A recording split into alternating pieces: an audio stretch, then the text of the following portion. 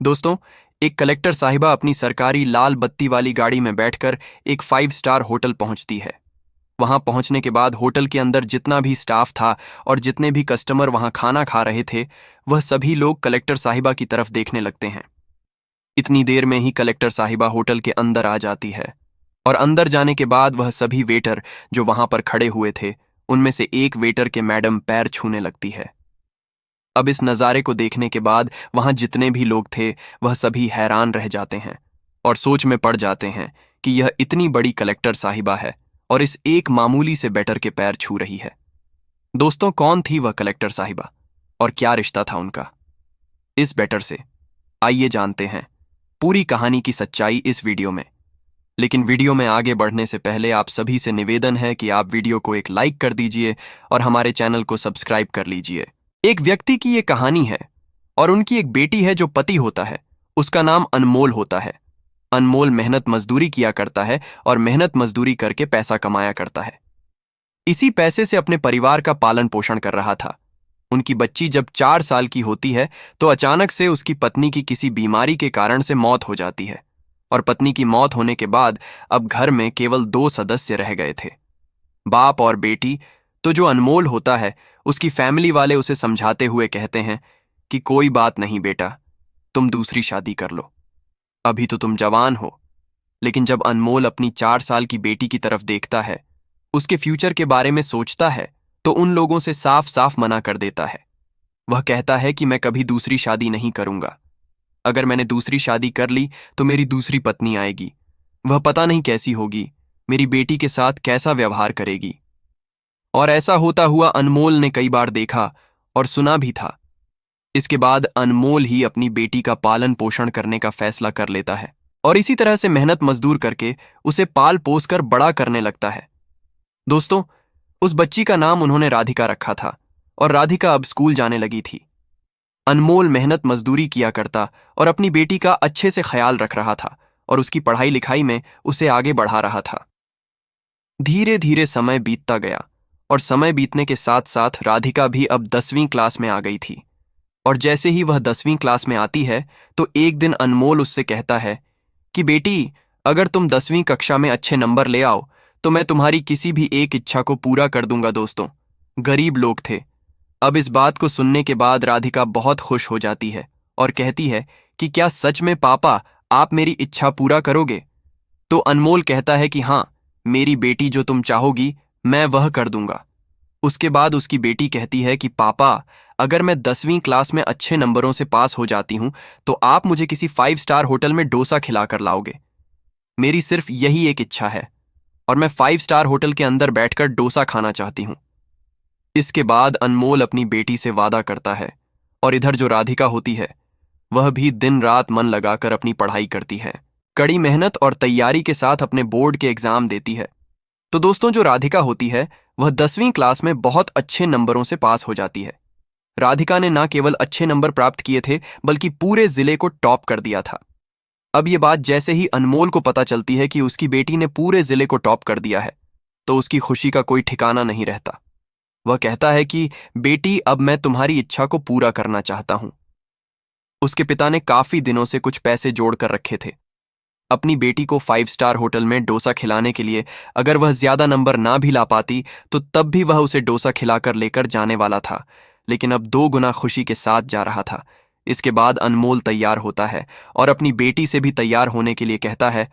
फिर अपनी बेटी को लेकर वहां के सबसे बड़े 5 स्टार होटल में पहुंच जाता है। अनमोल के पास साधारण से कपड़े थे, बहुत पुराने कपड़े थे जो उसने पहनकर रखे थे, और उन्हीं कपड़ों को पहनकर वह 5 स्टार होटल के अंदर एक टेबल पर जाकर बैठ जाता है। अब वहां पर जो लोग खाना खा रहे थे वह उनकी तरफ अजीब तरह से देखने लगते हैं और कुछ कुछ बड़बड़ाने लगते हैं। तभी उनके पास एक वेटर आता है जिसका नाम रमेश होता है। वेटर उनसे पूछने लगता है कि हाँ जी सर, बताइए आपको क्या खाना है। उसके बाद अनमोल कहता है कि मेरी बेटी के लिए एक डोसा ले आओ। तो रमेश उनसे पूछता है कि सर, आपके लिए क्या लेकर आऊं? लेकिन अनमोल कहता है कि मुझे कुछ नहीं खाना है, मैं केवल अपनी बेटी को डोसा खिलाने के लिए यहां पर आया हूं, क्योंकि इसने अपनी इच्छा के तौर पर मुझसे बताया था कि अगर मैं 10वीं क्लास को टॉप कर देती हूं तो फिर आप मुझे 5 स्टार होटल में डोसा खिला देना। तो मेरे पास सिर्फ उतने ही पैसे हैं कि मैं अपनी बेटी को डोसा खिलाऊं, उससे ज्यादा मेरे पास पैसे नहीं हैं। आप सिर्फ मेरी बेटी के लिए डोसा ले आइए, ये खाएगी तो मुझे भी बहुत अच्छा लगेगा। अब इन बातों को रमेश सुनता है तो एकदम से यह बातें उसके दिल पर लग जाती हैं। वह वहां से चला आता है और होटल के मालिक के पास पहुंचता है। उनसे कहता है कि मालिक, सामने जो टेबल पर वह गरीब आदमी अपनी बेटी के साथ बैठा हुआ है, उसकी बेटी ने 10वीं क्लास में जिले को टॉप किया है और इसी खुशी में वह अपनी बेटी को यहाँ पर डोसा खिलाने के लिए आया है। लेकिन मैं चाहता हूं कि वह आदमी भी अपनी बेटी के साथ बैठकर खाना खाए, तो मैं इनके लिए कुछ करना चाहता हूं, उनको अपनी तरफ से खाना खिलाना चाहता हूं। लेकिन मेरे पास अभी तो पैसे नहीं हैं, मगर जो मेरी सैलरी आएगी आप उसमें से इनके पैसों को काट लेना। अब इस बात को सुनकर होटल का मालिक रमेश से कहने लगता है कि अरे भाई, सारी भलाई आप ही लूटोगे, जरा हमें भी तो मौका तो दो। यह बात सुनकर रमेश थोड़ा आश्चर्य में पड़ जाता है, लेकिन मालिक उससे कहने लगता है कि रमेश, ऐसा नहीं है। अगर इस बच्चे ने जिले को टॉप किया है तो ये हमारे लिए भी बड़े गौरव की बात है। ये हमारे जिले की, हमारे शहर की लड़की है, तो हम लोग आज इस खुशी के मौके को अच्छे से सेलिब्रेट करेंगे और यहाँ पर जितने भी लोग बैठे हुए हैं सभी को फ्री में खाना खिलाएंगे।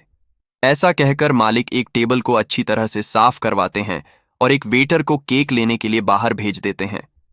थोड़ी ही देर में केक आ जाता है और केक को उस टेबल पर रखकर अच्छे से डेकोरेट किया जाता है और जो होटल मालिक होता है अनमोल और उसकी बेटी राधिका के पास जाता है और उनको सम्मान के साथ वहां से उठाकर उस टेबल पर ले आता है जहां पर केक रखा हुआ था।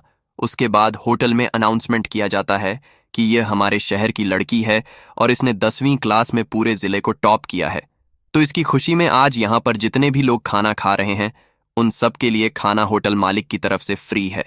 ऐसा कहकर उस लड़की से केक कटवाया जाता है और उन्हें अच्छा अच्छा खाना खिलाया जाता है।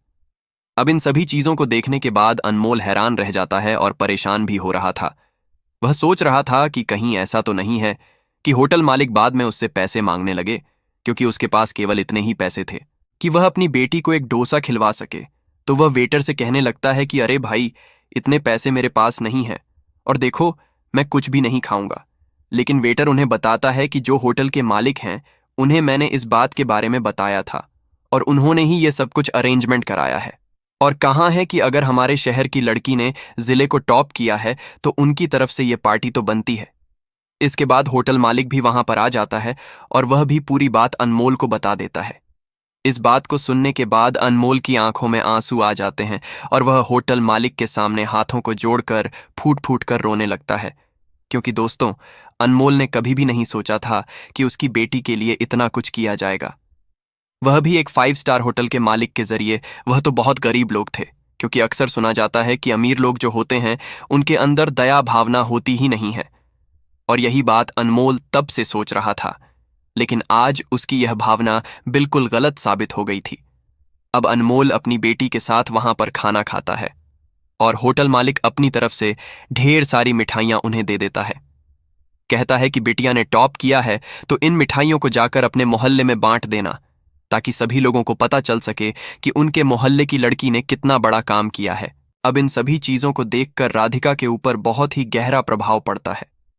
वह सोचती है कि मैंने थोड़ी बहुत मेहनत की और मेहनत करने के बाद जैसे ही मैंने जिले को टॉप किया तो उसके बाद सभी लोग उसका मान सम्मान कर रहे हैं और उसकी तरफ सम्मान की दृष्टि से देख रहे हैं। फिर वह होटल मालिक और होटल के वेटर की तरफ देखती है तो उन्हें देखकर उसकी आंखें भी छलकने लगती हैं। लेकिन दोस्तों, राधिका जैसे तैसे करके अपने आप को संभालती है और फिर अपने पापा के साथ अपने घर चली आती है। घर आने के बाद वह पूरे मोहल्ले में उन मिठाइयों को बांटते हैं। सभी लोग राधिका को बड़ा मान सम्मान देते हैं, उसके पापा की वाह वाह करते हैं। इसके बाद राधिका अपने मन ही मन में सोचती है कि यह जो कुछ भी आज हमारे साथ हुआ है ये मेरी पढ़ाई की बदौलत ही हुआ है। मैं और भी अच्छी तरह से पढ़ाई करूंगी और एक अच्छे से मुकाम को हासिल करूंगी। मैं उसके दिमाग में होटल मालिक और उस वेटर की छवि भी घूम रही थी, जिन्होंने आज उसके लिए इतना कुछ किया था। धीरे धीरे समय बीतता गया और समय के साथ साथ राधिका अपनी पढ़ाई लिखाई को जारी करती है। उसने और भी मन लगाकर पढ़ाई की। राधिका पढ़ने लिखने में काफी ज्यादा होशियार थी, तो इसी कारण से उसकी मेहनत भी रंग ले आती है और एक दिन वह जिला कलेक्टर बन जाती है। अब जैसे ही वह कलेक्टर बनती है तो फिर अपने पापा के पास फोन करती है और उन्हें बताती है कि पापा, आपकी बेटी जिला कलेक्टर बन गई है। इस बात को सुनकर उसके पापा खुशी से झूम उठते हैं, जिस तरह से वह जब खुश हुए थे जब उसने 10वीं क्लास को पूरे जिले में टॉप किया था। फिर अनमोल कहता है कि बेटी, यह तो बहुत ही अच्छी बात है, अब तो बताओ तुम्हें क्या चाहिए। इस बात को सुनने के बाद राधिका को पुरानी वह सब बातें याद आ जाती हैं, जो बातें उसके साथ 10वीं क्लास पास करने के बाद हुई थीं, जब उसको एक होटल में ले जाया गया था और वहां के मालिक और वेटर ने उनका बड़े ही अच्छे से स्वागत किया था।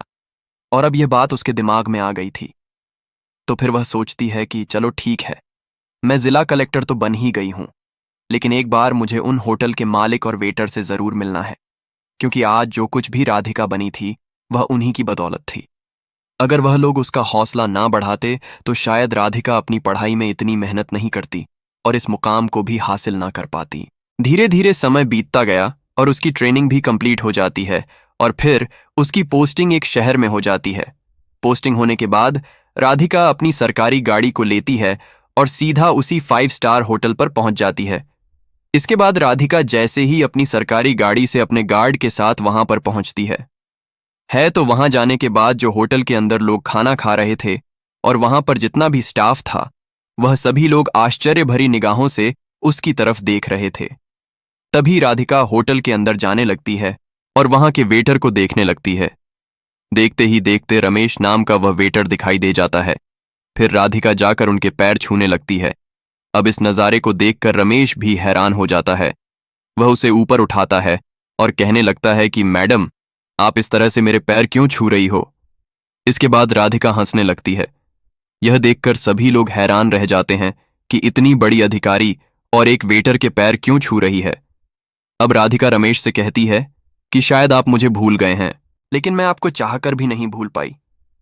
रमेश थोड़ा सोच विचार करता है और कहता है कि मैडम, मेरी समझ में नहीं आ रहा, आप किस तरह की बातें कर रही हो।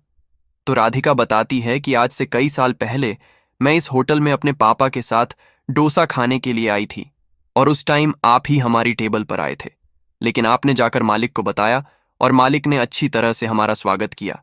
आज जो कुछ भी मैं एक कलेक्टर बनी हूं वह आपकी ही बदौलत है। शायद अगर आप मेरा हौसला ना बढ़ाते तो मैं अपनी पढ़ाई को एक सीमित दायरे में ही करती। इस बात को सुनने के बाद रमेश को सारी बातें याद आ जाती हैं और वह भी राधिका को पहचानने लगता है। कहता है कि अच्छा हुआ बेटी, जो तुम कलेक्टर बन गई। हमने कभी सोचा भी नहीं था कि तुम कलेक्टर बनने के बाद भी यहां पर हमारे पास इस तरह से आओगी। और इस पूरी बात को सुनकर वहां पर जितने भी लोग थे सभी हैरान हो जाते हैं कि एक लड़की कलेक्टर बनने के बाद भी यहां पर आई है और उस व्यक्ति के पैर छुए जिसने कभी 10वीं क्लास में उसका इस तरह से स्वागत करके बधाई दिलाई थी। अब राधिका रमेश जी से होटल के मालिक को बुलाने के लिए कहती है, तो रमेश एकदम से मायूस हो जाता है और कहता है कि बेटी, जो इस होटल के मालिक थे उन्होंने होटल बेच दिया है। तो राधिका उनसे पूछती है कि ऐसा क्या हुआ जो उन्हें यह होटल बेचना पड़ा। तो रमेश उस होटल मालिक की पूरी कहानी उसे बताता है। वह बताता है कि उनकी पत्नी को कोई बीमारी हो गई थी और बीमारी के चलते उन्होंने पहले तो अपने घर को बेचा और घर के बाद जितनी भी उनकी जमीन जायदाद थी सारी जमीन जायदाद अपनी पत्नी के इलाज में बेचकर लगा दी थी। लेकिन इसके बावजूद भी उनकी पत्नी की तबीयत ठीक ना हो पाई और उनकी मौत हो जाती है। पत्नी की मौत का सदमा उन्हें बहुत गहरा लगता है और इसी कारण से वह शराब पीने लगते हैं और शराब पीकर इधर उधर घूमा करते हैं। उनके परिवार में और कोई तो था नहीं, उनकी कोई संतान भी नहीं थी और वह ऐसे ही इधर उधर घूमा करते थे। तो एक दिन मुझे वह ऐसे ही घूमते हुए मिल जाते हैं और उसके बाद मैंने उन्हें अपने घर पर रख लिया है। मैं वहीं पर उनको रखकर उनकी सेवा किया करता हूं। इस बात को सुनकर राधिका को बड़ा ही दुख पहुंचता है और उसकी आंखों से आंसू छलकने लगते हैं। इसके बाद राधिका रमेश जी को अपनी गाड़ी में बिठाती है और उनके घर पर जाने के लिए अपनी कार को लेकर वहां के लिए निकल जाती है। वहां जाने के बाद वह जैसे ही होटल मालिक को देखती है तो होटल मालिक को देखकर फूट फूट कर रोने लगती है और जाकर उनके पैरों को छूने लगती है। अब होटल मालिक को कुछ भी समझ में नहीं आता, लेकिन तभी रमेश बताता है कि मालिक की यह वही लड़की है जिनके लिए पार्टी का सेलिब्रेशन आपने होटल में कराया था और सभी लोगों को फ्री में पार्टी दी थी। अब इस बात को सुनकर होटल मालिक की आंखों से आंसू बहने लगते हैं। अब वह काफी बुजुर्ग हो गए थे। राधिका उन होटल मालिक को सहारा देती है और कहती है कि कोई बात नहीं, जो आपके साथ हुआ वह बहुत ही बुरा हुआ, लेकिन होनी को कौन टाल सकता है। इसके बाद राधिका उन होटल मालिक को लेकर अपने घर चली आती है और वहां पर अपने पापा के साथ उन्हें रखने लगती है। पापा भी जैसे होटल मालिक की यह दुख भरी बात सुनते हैं तो उन्हें भी इस बात का बहुत दुख पहुंचता है, क्योंकि होटल मालिक असलियत में एक ईमानदार आदमी था और उनके साथ ऐसा हो गया था जो शायद किसी बेईमान आदमी के साथ भी ना हो। अब राधिका उनकी बहुत अच्छे से सेवा करती है। होटल का जो बेटर था उससे भी उन्होंने बोल दिया था कि आपको जिंदगी में कभी भी किसी चीज की कोई भी जरूरत हो तो आप बेझिझक मुझसे मांग सकते हो। इसके बाद राधिका अपना कार्यभार संभालने लगती है और धीरे धीरे राधिका की उम्र भी अब शादी की हो जाती है। अब राधिका की शादी एक लड़के से हो जाती है, लेकिन शादी से पहले राधिका ने उस लड़के से कह दिया था कि मेरे 2 पिता हैं और दोनों पिता मेरे ही साथ रहेंगे और उनकी भी सेवा तुम्हें करनी होगी। इस बात को उसका पति भी मान जाता है और राधिका के पिता और होटल के मालिक को अपने साथ ही ले आता है और वहीं पर उनकी सेवा करने लगता है। जब राधिका के पति को यह बात पता चलती है कि यह दूसरा पिता किस वजह से इनके साथ है, तो उसके बाद राधिका का पति भी उनका बहुत ज्यादा और भी ज्यादा मान सम्मान करने लगता है और उनको बहुत ही ज्यादा सम्मान दिया करता है। तो दोस्तों, यह थी आज की कहानी एक लड़की की जिसने 10वीं क्लास में जिला टॉप किया और उसके बाद एक सेलिब्रेशन ने उसकी जिंदगी ही बदल कर रख दी।